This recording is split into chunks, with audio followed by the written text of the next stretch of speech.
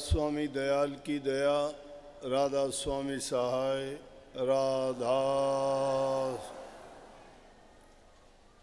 प्यारी साध संगत जियो, भाइयों बहनों बच्चों, जितने भी आप सत्संग लाभ के लिए उपस्थित हुए हो, शांति से बैठ के सत्संग लाभ उठाएं।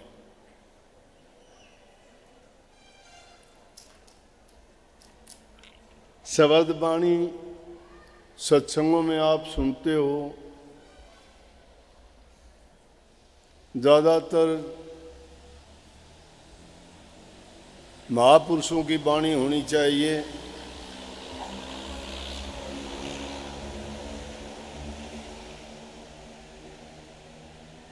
ये पहले शब्द गा रहे थे, मैंने सोचा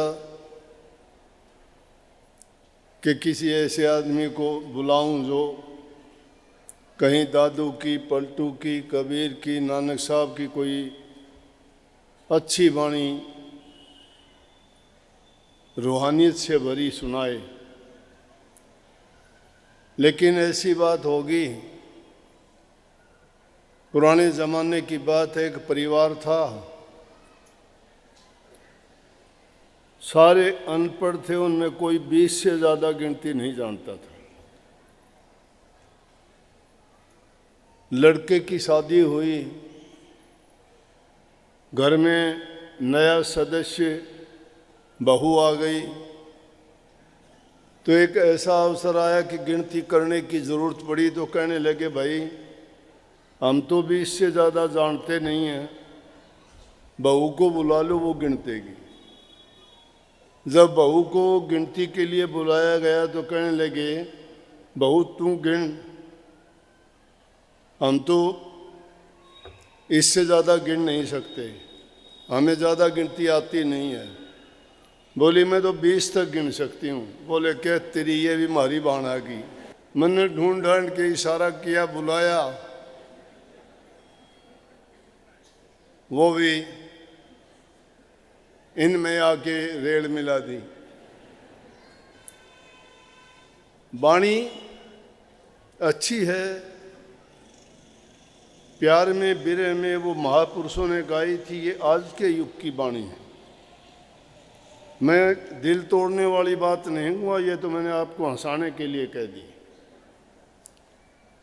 कोई भी दो बात भी अगर लिखी जाती हैं, उसमें प्रेम होता है, विरह होता है, लगन होती है, तड़प होती है। यूं कोई मुंह बाणे से राग नहीं आ जाता, और शब्दों में राग की जरूरत नहीं होती। राग तो वही मन की खुराक है, कानों की खुराक है, लेकिन वाणी रूह की खुराक होनी चाहिए, उनमें रूहानियत झलकनी चाहिए, जिसमें तप की, त्याग की, साधना की, अभ्यास की बात होनी चाहिए। क्योंकि सत्संगियों को इन चीज़ों से तो पहले ही उपरामता हो चुकी होती है। दुनियादारी की चीज़ों से वो तौबा कर लेते हैं, और उनको चाहिए जिन वाणी में प्रभु से मिलाने का प्रेम हो, उसमें रूह के लिए वो शिक्षा होनी चाहिए कि जिस पर चल के उसको रूहानी दर्जों पे चढ़ाई में सहायता मिले, और उनको पाके उसकी आत्मिक संतुष्टि हो।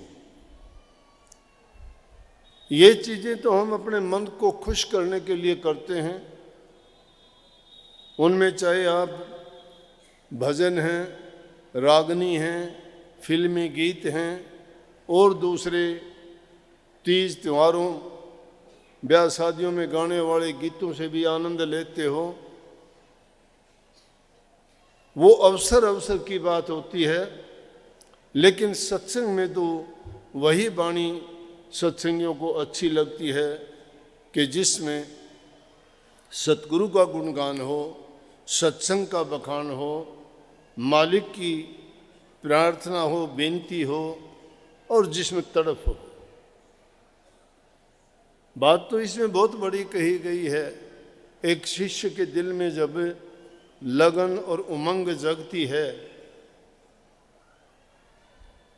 अपने प्रीतम के लिए जब किसी को तड़फ लगती है, तो वो ऐसी ही पुकार करता है। अनेकों इसके उदाहरण महापुरुषों ने दिए। पपैये को स्वाति बूंद की तड़फ होती है,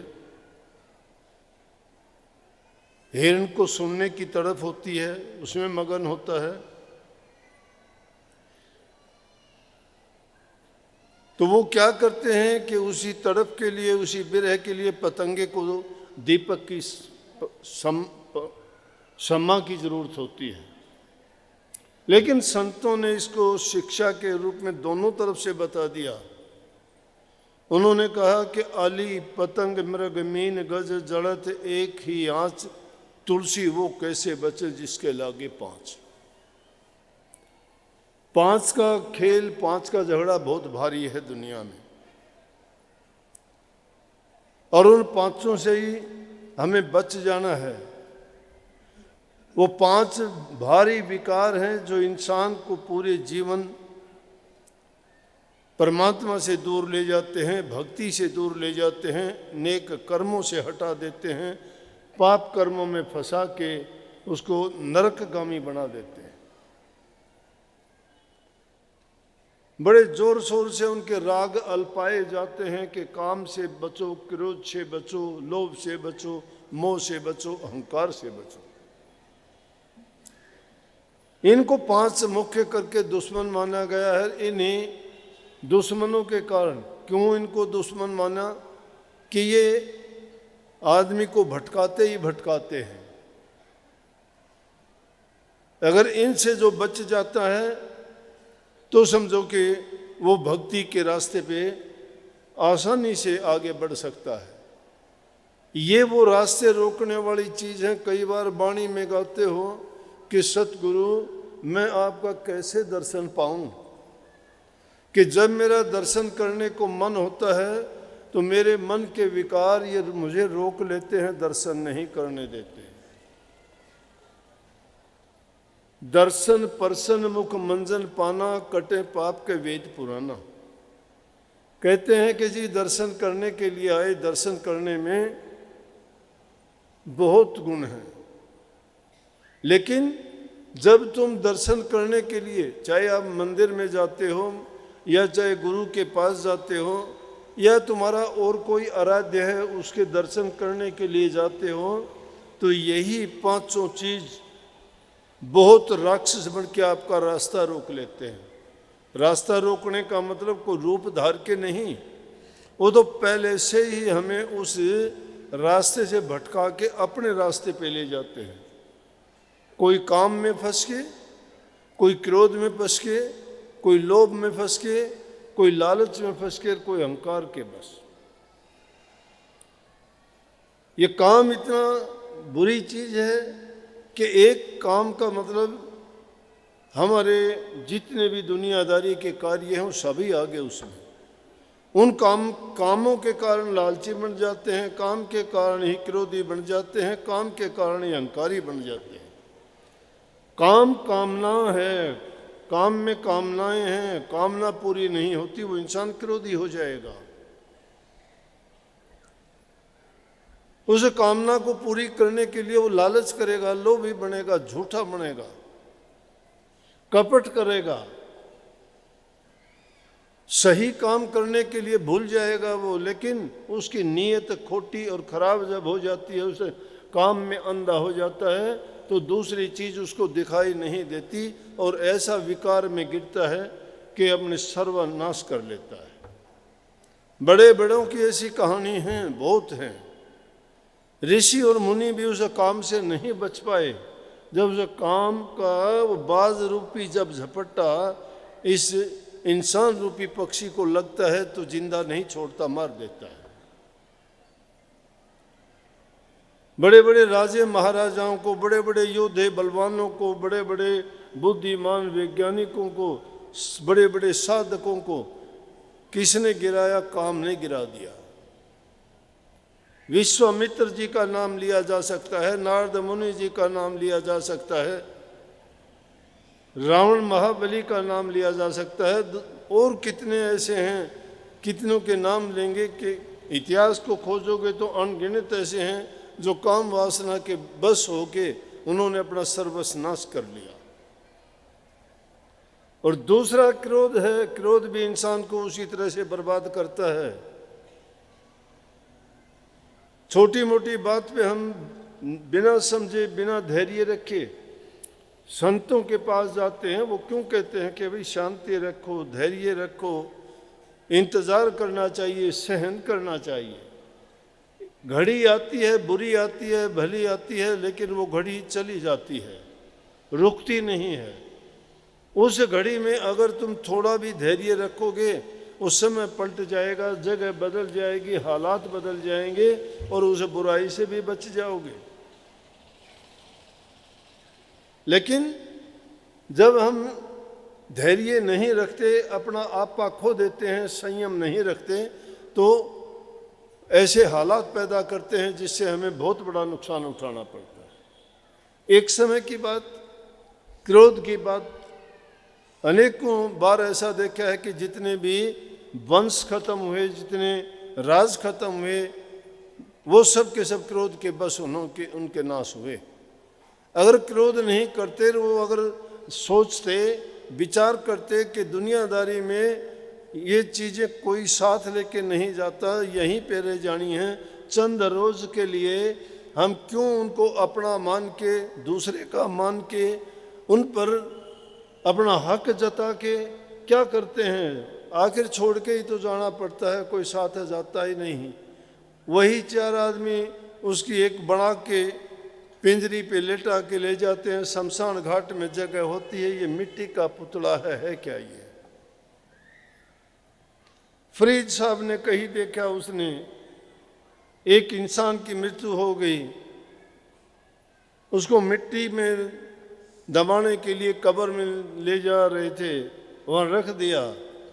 फरीद साहब देख के हैरान हो गए, क्योंकि जैसी जिसकी भावना, विचार और ख्याल होता है ना, वो इंसान उसी चीज़ के बारे में हमेशा उसकी सोच रहती है। कामी का गुरु कामनी, लोभी का गुरु दाम, भक्तन के गुरु संत, संतन के गुरु राम। कामी आदमी हमेशा कामनी के बारे में सोचता रहता है, काम वासना के बारे में सोचता है। लोभी इंसान हमेशा अपने लाभ के लिए, पैसे के लिए, धन के लिए, जोड़ने के लिए इन बातों में फंसा रहता है। भक्त लोग गुरु के बारे में सोचते रहते हैं और संत परमात्मा के बारे में ही सोचते रहते हैं, उनकी वृत्ति वहीं लगी होती है। जो उन दुनियादारी की चीज़ों में फंसते हैं वो अपना सब कुछ खो देते हैं। जो प्रभु की भक्ति करते हैं, चाहे दुनिया के पदार्थ उनके पास कुछ ना हो, लेकिन उन्होंने सब कुछ पा लिया है, उसने अपने आप को जीत लिया है। उन्होंने एक सेठ था, कारोबार करता था, कपास का फैक्ट्री लगी हुई थी। क्रोध की बात, लाखों का माल पड़ा था फैक्ट्री में। काफी सालों के बाद उसको कोई बच्चा नहीं हुआ था, एक लड़का पैदा हुआ, वो भी कैसे? पत्नी को कभी महात्माओं के पास लेके गया, कहीं डॉक्टर वैद्यों को दिखाया, कभी ज्योतिषियों से दिखाया, कभी पंडितों से दिखाया, लेकिन इंसान अपनी ज़रूरत को पूरा करने के लिए जब तक पूरी नहीं हो जाती तो हर दरवाजे को खटखटाता है, सोचता है कि मेरी इच्छा यहाँ से पूरी होगी, मेरी इच्छा यहाँ से पूरी होगी। और मैं कहता हूँ, एक खुदा का दरवाज़ा खटखटाया करो, सबकी इच्छा पूरी होगी। जन जन के दरवाजे खटखटाने से नहीं, उसका दरवाज़ा खटखटाओ जो सब चीज़ों का मालिक है, वो आपको मालोमाल कर देगा, देरी नहीं लगेगी। लेकिन बात मैं कह रहा था कि पहले दूसरी तरफ ना चली जाए। जब फरीद साहब ने उसको देखा, मुर्दे को दबाने लग रहे थे, तो विचार करते हुए कहता है कि देख फरीदा, मिट्टी खुली, मिट्टी खुली, जमीन को खोद रखा है। अपने आप से कहता है, देख फरीदा, मिट्टी खुली, मिट्टी उत्ते, मिट्टी डुल्ली। ये इंसान भी मिट्टी है, मरने के बाद सब मिट्टी हैं, हम मिट्टी में ही मिल जाना है। कहता है कि देखो मिट्टी तो है ये, इसको मिट्टी में ही मिलना है। और अचरज की बात है, मिट्टी खोदी गई है, मिट्टी में डाल रहे हैं, ऊपर भी मिट्टी डालेंगे। क्या हुआ तो हम कौन हैं? मिट्टी। बोले कि देख फरीदा मिट्टी खुली, मिट्टी उते मिट्टी डोली, मिट्टी हंसे मिट्टी रोवे, अंत मिट्टी दा मिट्टी होवे। क्यों करता बंदा मेरा मेरी, 3.5 हाथ जमीन बतेरी, ना कुछ तेरा ना कुछ मेरा, ये जगजोगी वाला डेरा। कुछ नहीं है। जोगी वाला डेरा क्यों है? जोगी का कैसा महल है, आज यहाँ है तो कल वहाँ है, आज यहाँ गया कल वहाँ गया। ये जीव भटकता फिरता है। तो इसे मिट्टी के मूर्ति के लिए हम क्या क्या नहीं कर जाते, कितने कितने पाप नहीं करते, जीवन को बर्बाद करते हैं। जीवन तो कितने, इससे पहले वाणी गाई थी कि नर तेरा चोला रतन अमोला व्यर्था खोवे मत ना, सुन रहा था मैं। कितनी कमाल की बात है। कितने देह मिली थी नर की, तना भक्ति करी नहीं हर की। जो ये देह मिली थी भक्ति करने के लिए मिली थी, लेकिन वो तू नहीं करता। इंसान का शरीर इसलिए नहीं मिला कि ये एल फैल करके इस जीवन को, इस हीरे और जवाहरात रूपी सांसों को बर्बाद कर दो। और सांसों की बर्बादी भी इन्हीं चीज़ों के कारण ज़्यादा होती है। अगर तुम सांसों की क्रिया पर कंट्रोल करना सीख जाओ तो तुम्हारी उम्र भी बढ़ जाती है, रोग भी कम हो जाते हैं, शरीर भी स्वस्थ रहता है, और उससे दिमाग, ख्याल, विचार सभी पवित्र होते हैं। महापुरुषों ने कही है कि ये सांस चलते हुए 12 आते हैं तो भागते हुए 18 आते हैं, और जब सोते हो गए इनमें 30 आते हैं। कोई गहरा काम करते हो, कोई और ऐसी क्रिया करते हो, उसमें 30 सांस घटते हैं। तो सांसों की तो एक हमारे जो जितनी हमें मिली हुई है अवधि, वो हम खत्म करते जाते हैं, उस खजाने को खाली कर देते हैं ऊट पटांग कामों में। उसको कहा कि बैठत 12 चलत 18 सोवत पूरे 30, 64 घटे कैसे भजो जगदीशा। इसलिए इंसान को चरित्रवान बनना चाहिए। जो इंसान चरित्रवान नहीं है, जो ब्रह्मचर्य का पालन नहीं करता है, ब्रह्मचर्य भी दोनों तरह का, मानसिक भी शारीरिक भी। मान लिया शारीरिक ब्रह्मचर्य की तुम दुहाई दे दोगे कि हम शारीरिक ब्रह्मचर्य कर रखा है, हम नहीं काम में पड़ते नहीं ऐसी, लेकिन जब तक तुम्हारी वासना काम में है तुम्हारा ब्रह्मचर्य पूर्ण नहीं है। जो विचारों से ब्रह्मचर्य का पालन नहीं करता वो भी ऐसा ही है। विचारों का भी ब्रह्मचर्य का पालन करना बहुत आवश्यक है। मानसिक विचार उसके बिल्कुल उससे भिन्न होने चाहिए।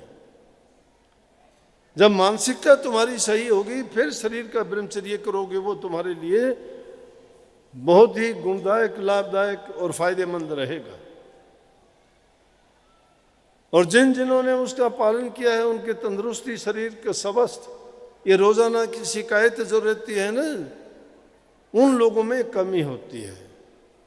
वो लोग भजन करने के लायक नहीं रहते, वो लोग सुमरण नहीं कर सकते, उनको वचन कोई काम नहीं करता, इसीलिए गुरु के वचन सुनते हैं, लेकिन उस वचन सुनने से उनको कोई फायदा नहीं है। सुनते हैं, वो सुनने के बाद खत्म, वो कुछ नहीं है।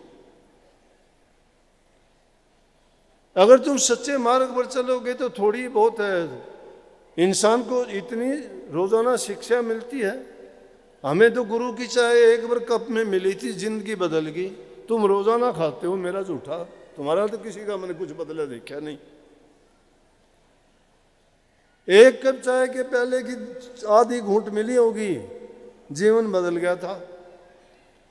अरे जिस इंसान की भावना होगी वो जीवन उसका नहीं बदलेगा क्या? एक तमाशा और मेला मान के अगर हम आते ही हैं तो ये किसकी मन की खुराक है ये? इसलिए उनको 5 दुश्मन इसीलिए माना गया। उन दुश्मनों के साथ हमारा रोजाना झगड़ा रहता है, ये तो बाहरी दुश्मन है। लेकिन हमने उन दुश्मनों के माध्यम से दुनियादारी के अपने रिश्तेदारों को, अपने भाईचारे को, अपने समाज के लोगों को दुश्मन बना लिया है। क्योंकि उल्टा काम करने के कारण वो दूसरों को अच्छे नहीं लगते तो विरोधाभास होता है। जहाँ विरोधाभास होता है, तकरार होती है, वहीं झगड़े और लड़ाई होती है। और जब लड़ाई झगड़े होंगे तो सारी बेचैनी होगी, सब कुछ गया, बर्बाद हो गया इंसान का। रात दिन उसी उधेड़ बुन में रहता है।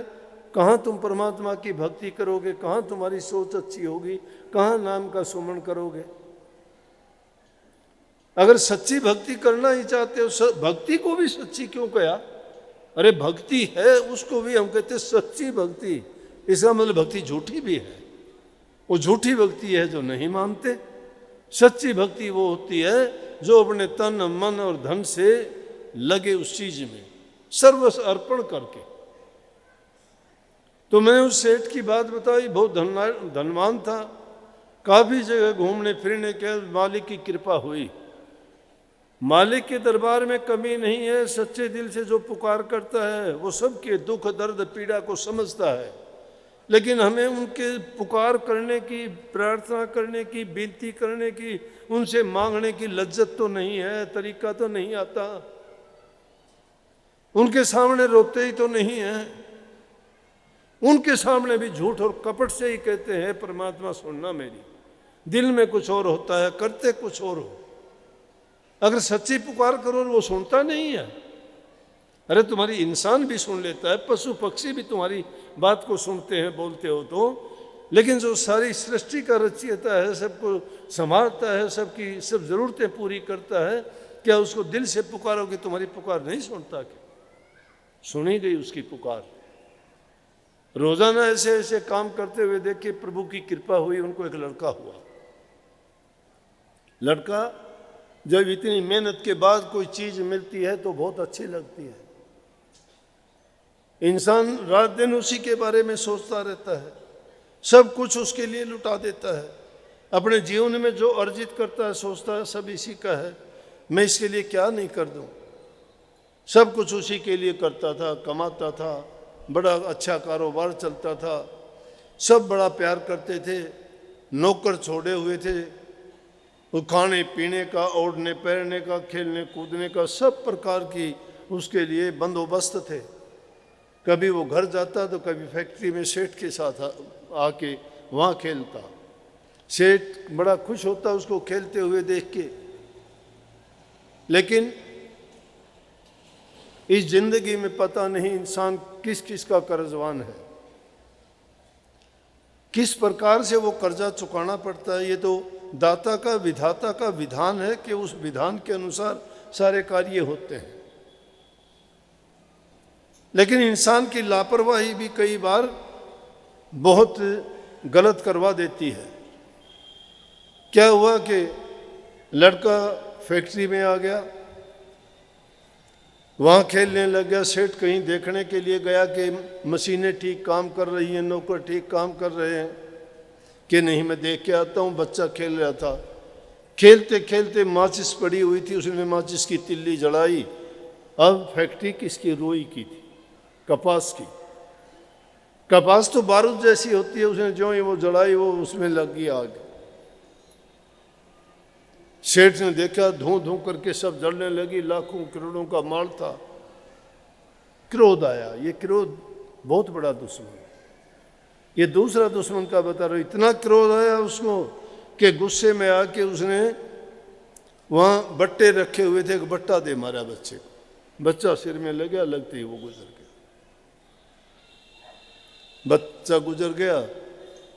नौकर था, जाके घर सेठानी को बता दिया कि सेठानी फैक्ट्री में आग लग गई।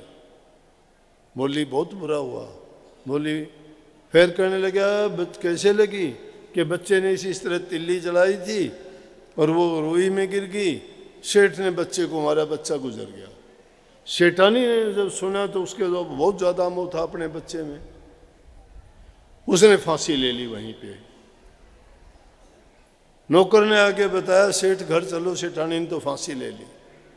जब उसने फांसी की सुनी तो उसने भी अपना काम कर दिया पूरा। एक क्रोध के कारण पूरा परिवार बर्बाद हो गया।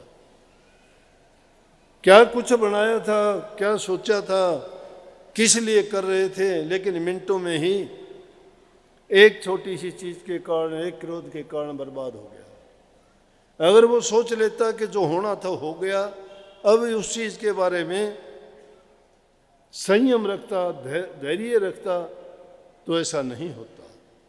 अब इस चीज के लिए प्रभु को दोष देना गलत है कि प्रभु ने मेरी रक्षा नहीं की,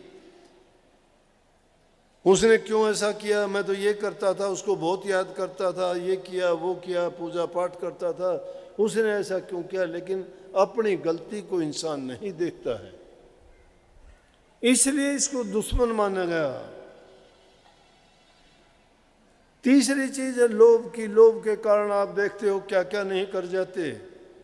अरे लोभ के कारण बाप बेटे का झगड़ा आज कोर्ट कचहरियों में चलते हैं। भाई भाई का झगड़ा है, छोटे से जमीन के टुकड़े के लिए उनके आपस में झगड़े होते हैं, एक दूसरे को कत्ल तक कर देते हैं और वो जेलों में सड़ता है, उसको मार देता है, जमीन का टुकड़ा वहीं रह जाता है। ना उसका रहा ना उसका रहा, घर में पीछे रहने वाले सब के सब पूरी जिंदगी दुख उठाते फिरते। क्या आधार रह जाता है जिस घर में एक ही आदमी होता है कमाने वाला, और वो जब नहीं रहे तो दर दर की ठोकर खाने के लिए बाकी के लोग रह जाते हैं। ना वो जमीन का टुकड़ा उनका रहा ना उनका रहा, वो उसको उसने मार दिया, वो जेल में सड़ के मरेगा। क्या किस कारण है ये ऐसा? लोभ के कारण। ये लोभ ऐसा दुश्मन है कि जिसको लोभ जब लग जाता है तो इंसान रुकता नहीं है। नहीं देखते क्या रोजाना अखबारों में, टीवी में बड़े बड़े पैसे वालों के पास जब उन पे के रेड पड़ती है, उनको देखते हैं तो कितने नोटों के बंडल निकलते हैं, और यूं नहीं देखते कि हमारे देश में लोग भूखे सड़कों और फुटपाथों पर पड़ते हैं। सोने के लिए उनके पास मकान नहीं है, खाने के लिए अन्न नहीं है, पहनने के लिए कपड़े नहीं हैं, सर्दी गर्मी बरसात में उनकी हालत क्या होती है। जीवन इंसान का है, जीते पशु की तरह से हैं, और वो दूसरे उनके नोट उनकी कोठियों में सड़ते हैं, उनके ऊपर रेड पड़ती है, उनको लोग यूं ही ले जाते हैं, ना उनके रहते। लेकिन इतना कुछ होने के बावजूद भी वो गलत तरीका जिससे वो कमाते हैं उसको छोड़ते फिर भी नहीं। ये लालच ऐसी चीज है। और फिर अहंकार तो सबका है। काम में 10,000 हाथियों का बल है, एक हाथी में ही कितना बल है। क्रोध में 20,000 हाथियों का, लोभ में 30,000 हाथियों का, मोह में 50,000 हाथियों का बल, और अहंकार में इतना बल है जितना उन सब में है।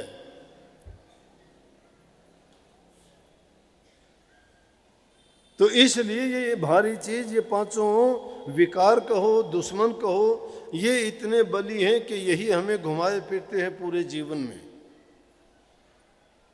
अगर प्रभु का दीदार चाहते हो तो इन चीजों को बिसारो, लेकिन इनके बिसारने के बाद भी अंतर में जाके फिर झगड़ा होता है।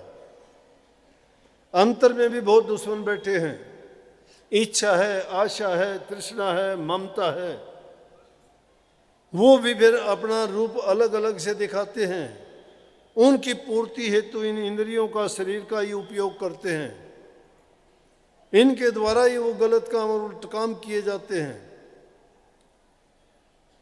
इसीलिए महापुरुषों के पास जाते हैं कि उनकी शिक्षा, उनके वचन सुन के हम अपने आप को समझाएं और उनको सत्य मान के उस दर्पण की तरह अपने जीवन को देख लें। उन लोगों को देखने के बाद में अपने ऊपर ढाल लें इस बात को कि हमारे साथ भी अगर ऐसा हो जाए तो हमारा जीवन क्या होगा। परंतु इस इंसान के साथ ऐसा होना स्वाभाविक है। वो क्यों करता है कि जिस देश में हम रहते हैं, इस देश में शासन किसका है? काल का। काल सबसे बड़ा है। वक्त कहते हैं, वो वक्त चलता रहता है, घूमता रहता है, वक्त का पहिया रुकता नहीं है। हम सोचा करते हैं कि अच्छा वक्त आएगा, बुरा वक्त निकल जाएगा, लेकिन कोई बात नहीं।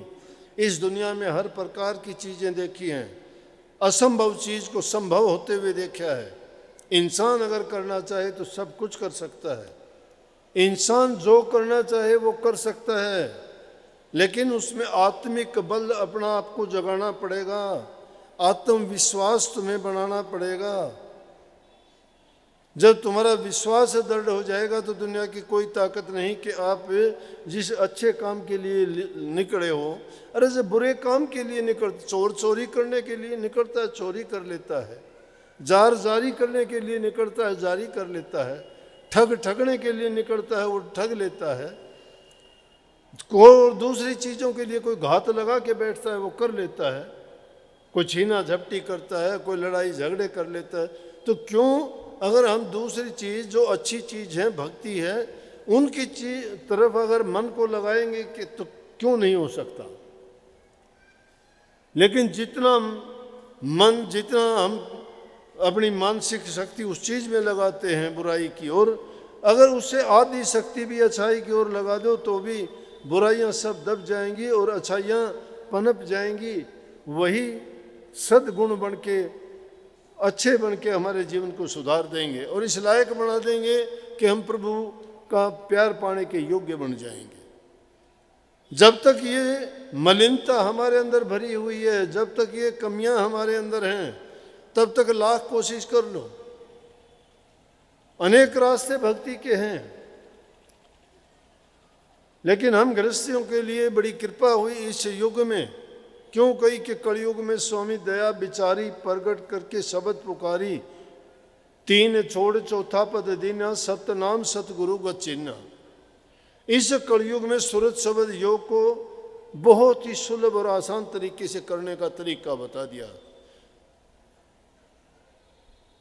सतनाम सतगुरु गत चिन्ह, सतगुरु के रास्ते पे चल के सतनाम को जो चीन जाएगा, लेकिन उसके चीनने के लिए हमें सबसे प्रथम है नाम का सुमरण करना, ध्यान करना, अभ्यास करना।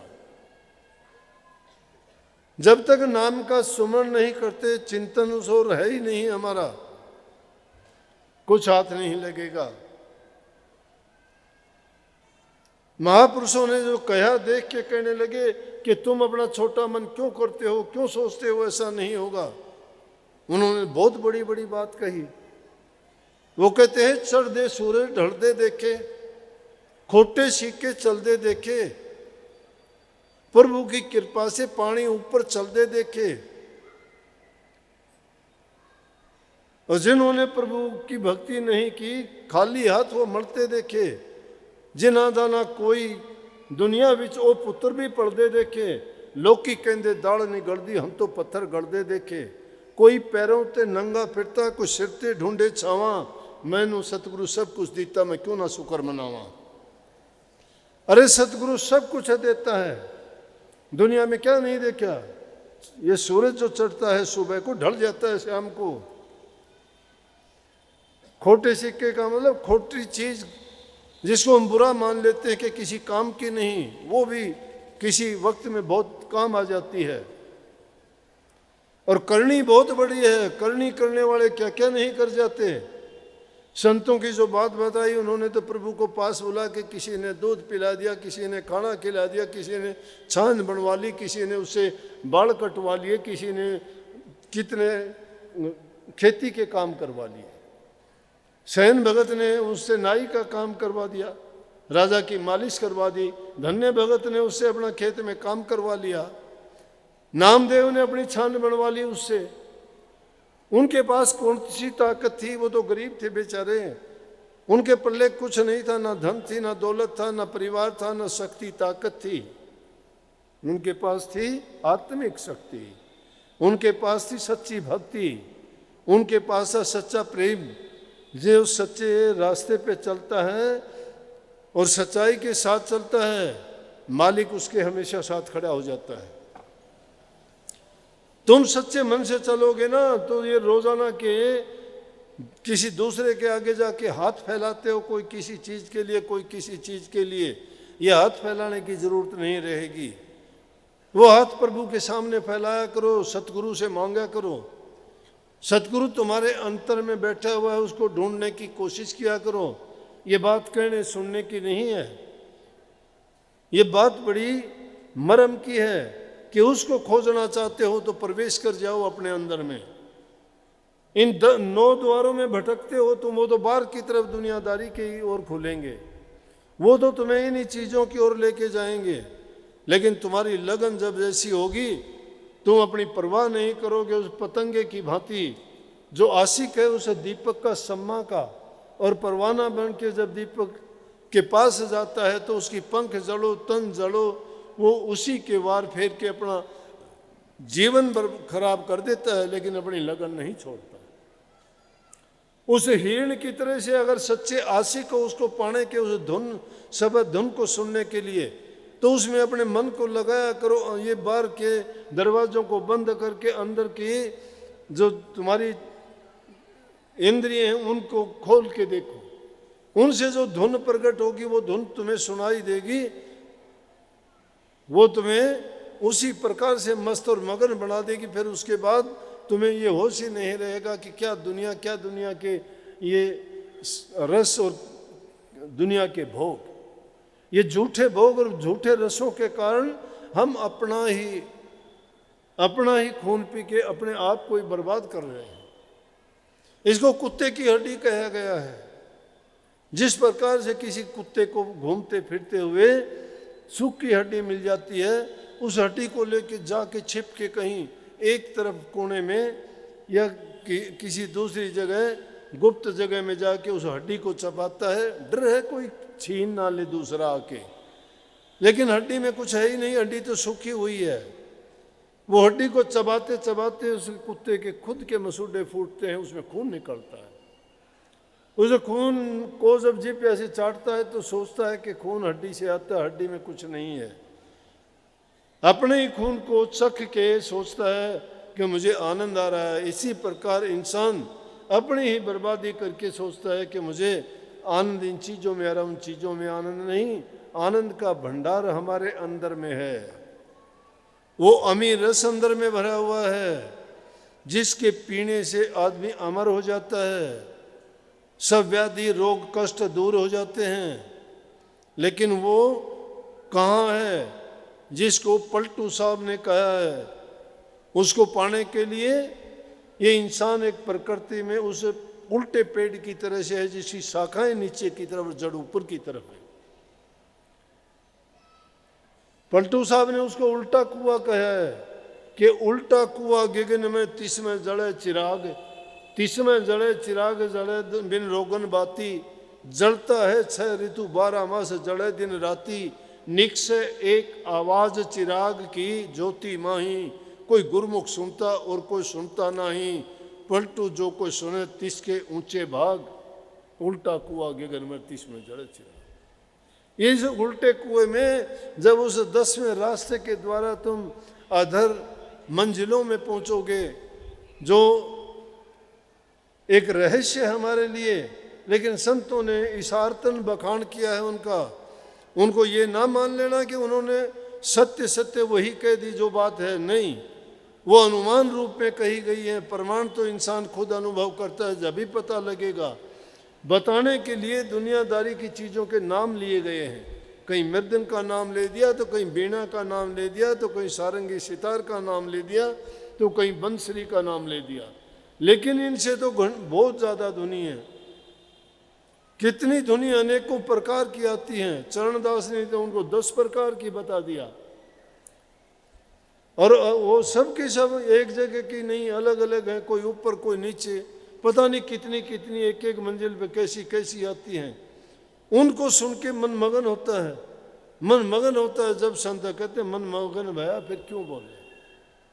मन मगन जब हो जाता है, बोलने की जरूरत नहीं। जिसने भी पाया उसी ने छिपा लिया। किसी कहते छिपा लिया, अरे छिपाया क्या, बता नहीं सकते, क्योंकि जो चीज़ अनुभव करती है उसकी जबान नहीं है, वो खुद अनुभव करती है, लेकिन वो किस जबान से बखान करे? तो संतों ने कह दिया कि गूंगे का गुड़ है वो। जैसे गूंगा आदमी कोई मिठाई को खा लेता है, मिठाई को पाके खुश तो हो जाएगा, मस्त मगन होगा, हंसने लगेगा, लेकिन तुम उससे पूछ नहीं सकते, गूंगा होता है, बहरा भी होता है, ना उसको तुम्हारी बात उसको पता ये क्या पूछता है, उसकी जबान नहीं है, वो क्या बोले। इसलिए ना तो वो बता सकता है, और जो उसने पाया है, इसलिए उस सच्चा भक्ति का रूप तो ये है कि जब आप लोग भी उस नाम का सुमन करते हुए उस नूर को देखोगे, अंदर में जाओगे, उन आकाशों को पार करते हुए जब उन ध्वनियों को सुनोगे, अंदर के नज़ारे देखोगे, जो जिसको ज्योति रूप प्रकाश रूप में अनेकों प्रकार की आपको ऐसी चीज़ें नज़र आएंगी जिनको देख देख के आप खुद भी हैरान हो जाओगे। लेकिन वो चीज़ें इस संसार में विशाल और विराट रूप में बनाई गई हैं और वही इंसान के शरीर में सूक्ष्म रूप में बनाई गई हैं। उनमें चलने के लिए जो 3 मुख्य नाड़ियां हैं, बाईं ओर को एड़ा नाड़ी है, दाईं ओर को पिंगला नाड़ी, ये उन इलाहाबाद के पास में गंगा, जमुना और सरस्वती तीनों नदियों की भांति है। उनमें 2 तो जाहिर में हैं, लेकिन तीसरी सरस्वती गुप्त है। इसी प्रकार से जो तीसरी नाड़ी है सुषुम्ना नाड़ी, वो उन दोनों में गुप्त रूप से जाके मिल जाती है। असल रास्ता वही है, उस पे ही चल के साधक ऊपर चढ़ते हैं, चलते हैं, और उन मंजिलों को पाने के लिए ये सबसे सुगम रास्ता भी यही है। और दूसरा रास्ता है ही नहीं, चाहे कठिन है तो सुगम है तो वो वही तीनों नाड़ियों के रास्ते पे चल के उस मंजिल को पाना है। लेकिन उसके लिए मेहनत कठोर करनी पड़ेगी, बाहर की वृत्तियों को रोकना पड़ेगा, अंदर में धीरे धीरे एक दिन का काम नहीं है। अभ्यास करते करते करते करते जब जाओगे बहुत टाइम लग सकता है। जिनके पवित्र विचार हैं, पीछे की अच्छी करनी है, पिछले जन्मों में नेक कर्म करके आए हैं, या भक्ति के रास्ते पे चलते हुए उनके रास्ते में कोई बाधा आने के कारण दोबारा इंसान का चोला मिला है, तो उनको बहुत जल्दी भी ऐसे अनुभव हो सकते हैं। लेकिन जिनको नहीं होते उनको भी चिंता करने की जरूरत नहीं है। ये एक वाणी गाया करते हैं, लागे रही ये प्रेमी मेरा भाई रे, तेरी बनत बनत बन जाई रे। कितनी कमाल की बात है कि लगे रहो, लगे रहो, घबराओ नहीं, पीछे ना हटो। मंजिल को पाने के लिए आगे बढ़ते हैं, पीछे कोई नहीं चलता। जो जिस काम में सब दुनियादारी के कामों में लगते हैं, वो आदमी ज़्यादा से ज़्यादा ही किसी चीज़ को प्राप्त करने या ऊंचे पद पर पहुंचने की कोशिश करते हैं, वो आगे ही बढ़ते हैं, पीछे मुड़ के नहीं देखते। इसलिए भक्ति के मार्ग में हमारी गिरावट क्यों होती है? इन चीज़ों के कारण, हम विषय विकारों के कारण, अपनी बुरी सोच के कारण, अपने पाप कर्मों के कारण हम गिरते हैं। नहीं, कोई इंसान गिरता नहीं, आगे बढ़ेगा। और उसके लिए आदमी को रात दिन अपनी खुद की निगरानी करनी पड़ेगी। इसको मन को भटकने से रोकना पड़ेगा। ये तो बार बार आपको गिराने की कोशिश करेगा। हर चीज़ में ये आपको, जब प्रभु की भक्ति की ओर लगोगे, ध्यान करने लगोगे, सुमन करोगे, अभ्यास करोगे, तो आपको उससे इतना वो करेगा कि आपका मन हटने लग जाएगा कि नहीं, सुस्ती ला देगा। ये करेगा कि कल को शुरू करेंगे, परसों करेंगे, कोई दूसरी चीज़ ऐसी याद दिला देगा, कह देगा इसमें क्या रखा, उसमें मन लगेगा, उसको छोड़ के उस दूसरी चीज़ में अपने मन को फंसा देंगे। लेकिन उस टाइम पे ये अपनी पैरा देना है इस मन पे, मन पे पैरा देना है। महात्माओं ने अनेक तरीके बताए हैं उसको, मन को रोकने के लिए। जब मन ऐसा करता है तो उस मन को छकाओ, एक ही दिन में ऐसा काम कर दो कि मन आगे कभी सोचे ही ना। महापुरुषों ने तो अनेक तरीके बताए, कई बार पहले भी जिक्र आया होगा। महात्मा का एक बार अभ्यास करते करते मन में आया, जंगल में बैठा है कि आज जलेबी खाओ। महात्मा का काम जलेबी, वो तो भीख मांग के खाते हैं, भिक्षा होती है, मांगने के लिए जाते हैं, ज़्यादा मिल जाती है, 3-4 दिन उसी में अपना गुजारा कर लेते हैं, क्योंकि उनको उससे रस और आनंद की ज़रूरत नहीं, सिर्फ शरीर को जिंदा रखने के लिए खाते हैं। महापुरुषों की वाणी आपने बाबा जयमल सिंह की सुनी होगी ब्यास में, जिनसे ब्यास का डेरा अब इतनी पूरी दुनिया में जो फैल गया। उन्होंने ब्यास नदी के किनारे इतनी करनी की कि रोटियां सूखी भी तार में टांग के रख देते थे अपनी झोपड़ी में, और जब खाने का टाइम होता पानी में भिगो के सूखी रोटी कितने कितने दिन की खाई। लेकिन उस सूखी रोटी के खाने के कारण और वो अपनी भक्ति की कमाई करने के कारण ऐसा काम कर दिया कि वो राधा स्वामी मत पूरी दुनिया में फैल गया। त्याग के बिना कुछ मिलता नहीं है। तो मन तो पता नहीं क्या का क्या करेगा, उनका क्या मन नहीं था? क्या उसके मन में ये विचार ख्यालात नहीं पैदा हुए होंगे? उन महापुरुषों के जीवन से हमें ये सीख लेनी चाहिए। इसीलिए मैं तो सीधी बात एक कहा करता हूँ कि एक इंसान ने जो काम कर दिया वो दूसरा इंसान कर सकता है। उठने के लिए ऐसे ऊंचे आदर्श वाले लोगों की तरफ ख्याल किया करो कि उसने ऐसा किया था तो मैं भी ऐसा कर सकता हूँ। अगर ऐसा वो सोच के चलते हैं तो निश्चित रूप से वो कर जाते हैं और अपने जीवन को सफल बना लेते हैं। तो वो महात्मा जंगल में बैठा, ध्यान अभ्यास में था। बैठे बैठे मन में ख्याल आता है, कहाँ प्रभु की भक्ति जो जीवन को संवारती है, बनाती है, हर प्रकार की सुख सुविधा आनंद उसी में होता है। पूरा जीवन लगा दिया, घर बार त्यागा, दुनिया छोड़ी, दुनिया के रस स्वाद त्याग दिए, कहाँ जलेबी की मन में आई? कोई दबी हुई भावना मन में प्रकट होगी, चखी हुई थी कभी, ख्याल आ गया। जिसने कभी किसी चीज का रस आनंद देखा नहीं उसको क्या पता इसमें क्या आनंद है, लेकिन कभी खाई होगी, चखी होगी। महात्मा के मन में आई कि आज तो जलेबी खानी चाहिए। मन ने कहा, अब झगड़ा हो गया मन में। मन कहता है खानी चाहिए, महात्मा की बुद्धि ने कहा कि ये तो है तो गलत, लेकिन आज ये भावना उठाई है, कल को और उठाएगा कि खाएं कहाँ से? जलेबी तो हलवाई देगा पैसे में, पैसे तेरे पास नहीं।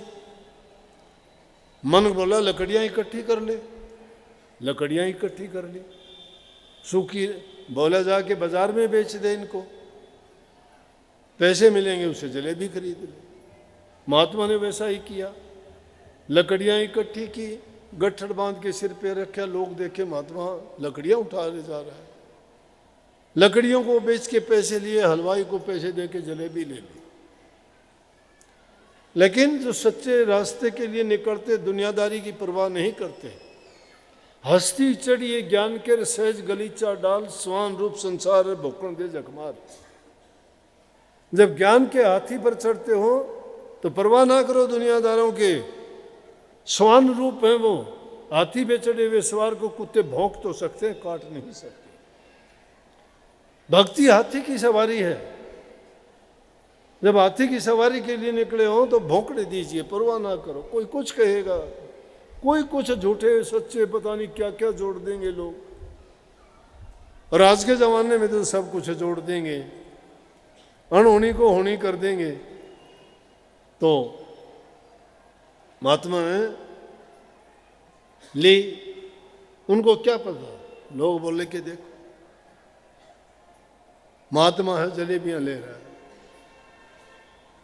सुन ली महात्मा, सुना के भी कहने लगे कुछ कि बाणा ले लिया लेकिन स्वाद नहीं छोड़ा। ठीक बेचारा जलेबियां लेके वापिस जंगल में गया, आसन पे बैठ गया, जलेबियां आगे रख ली, जलेबियां खाने लगा। खाते खाते मन भर गया। कहने लगा बोल मन, बोला जी बस। ना भाई, इतने नेक काम से मुझे हटाया, मेहनत करी, बाजार में गया, दुनिया की उल्टी सीधी बातें सुनी, अब तो और खा। बोला नहीं नहीं और नहीं। नहीं बोला खानी पड़ेंगी। हाथ से उठाई और ठोक दी मुंह में।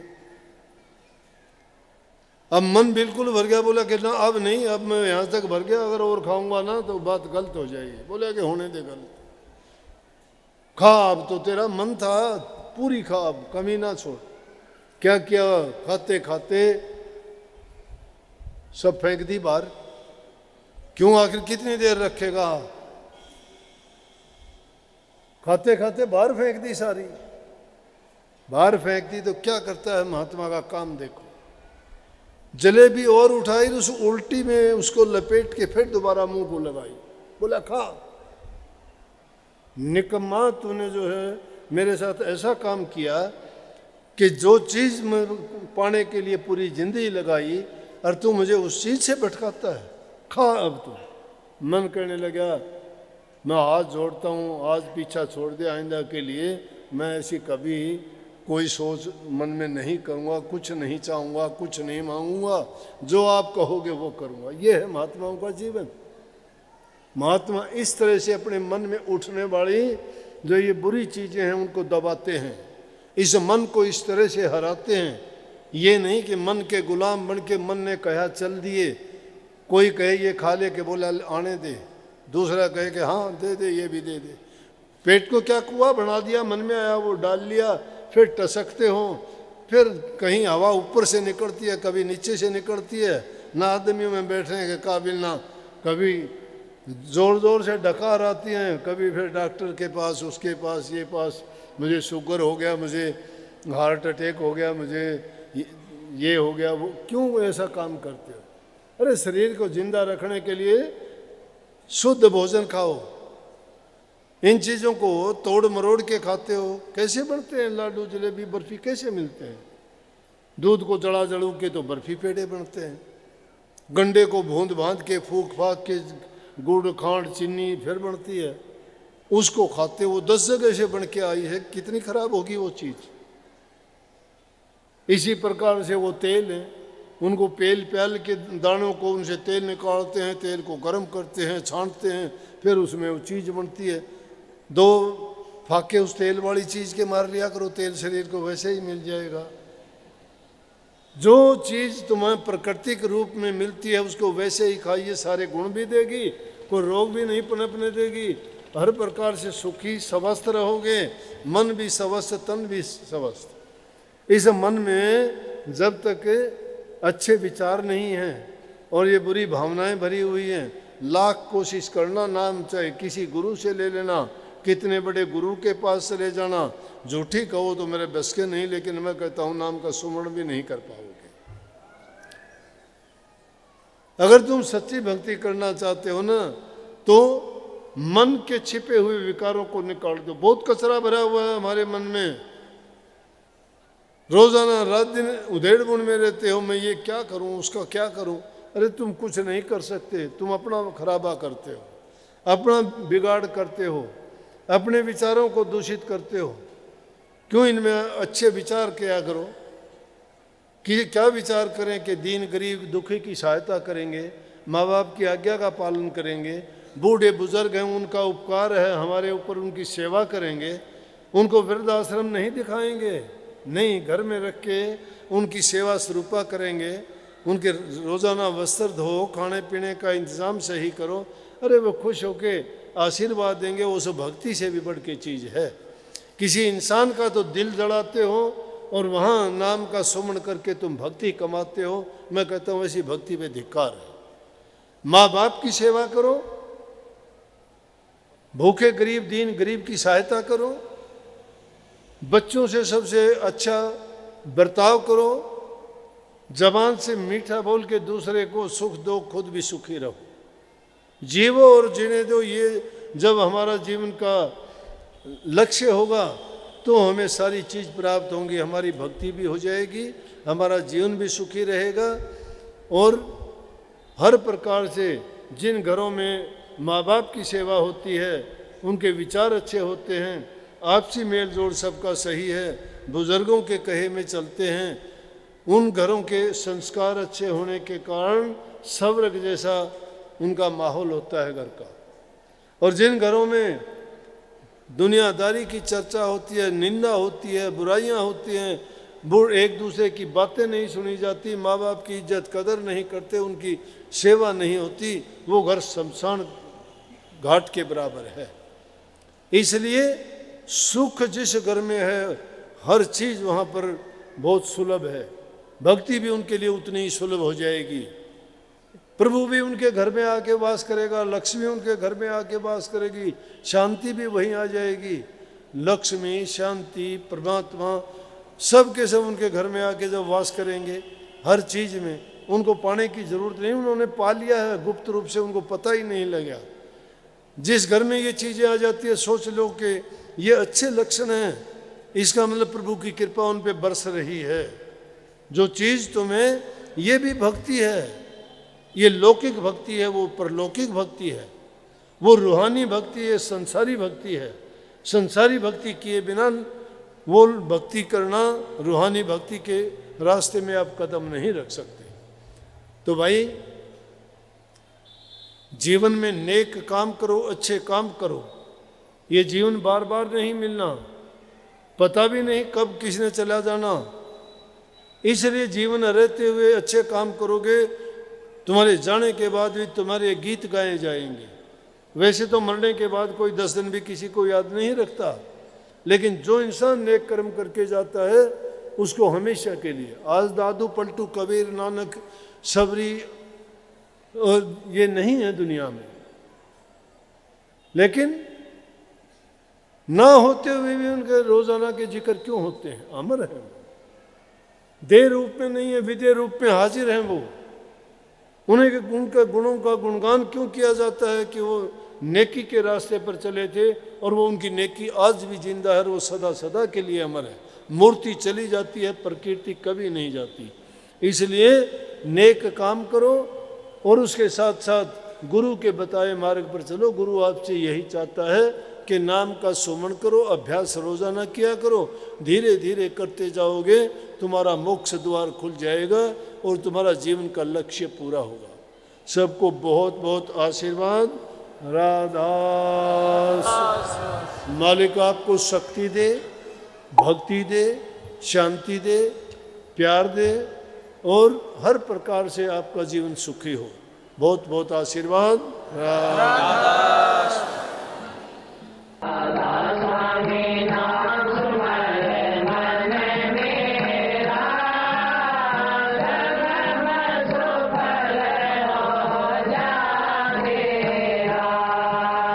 आप हमारे संत वाणी चैनल को सब्सक्राइब करें, वीडियो को लाइक करें, शेयर करें और हाँ, बेल आइकन पर क्लिक करना बिल्कुल ना भूलें।